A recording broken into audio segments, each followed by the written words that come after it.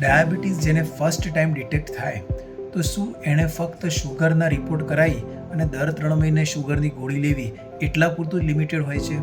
તો આ તદ્દન ખોટી વાત છે. ફર્સ્ટ ટાઈમ ડિટેક્ટ થાય ત્યારે આખા બોડીનું પ્રોફાઇલ એટલે બધા જ અંગોના રિપોર્ટ કરાવી લેવા જોઈએ કે જેથી and organ damage A start થઈ ગયો કે નથી એની આપણને ખબર પડે.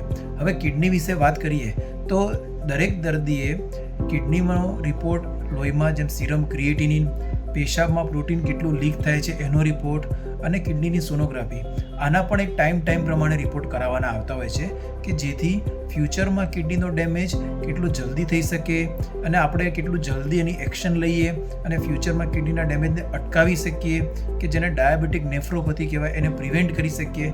આ બધું આપણને રિસ્ક સ્ટ્રેટિફિકેશન, તમારી રિસ્ક પ્રોફાઇલ એ ડાયાબિટીસ ડિટેક્ટ થાય ત્યારથી જ નક્કી કરવામાં આવે કે જેથી આપણે ફ્યુચર કિડની ડેમેજને ડિલે કરી શકીએ.